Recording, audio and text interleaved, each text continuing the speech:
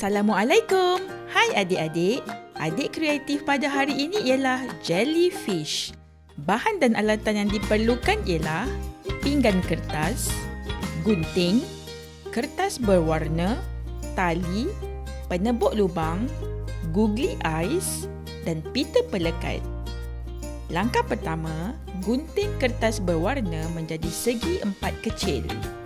Langkah kedua, tampalkan kertas berwarna yang diguntingkan tadi di atas pinggan kertas menggunakan pita pelekat. Langkah ketiga, guntingkan bahagian bawah pinggan kertas secara beralun.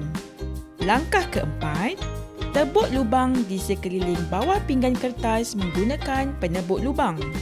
Langkah kelima, masukkan tali pada lubang-lubang tersebut. Dan langkah terakhir, tampalkan googly eyes pada jellyfish menggunakan pita pelekat. Selamat mencuba adik-adik!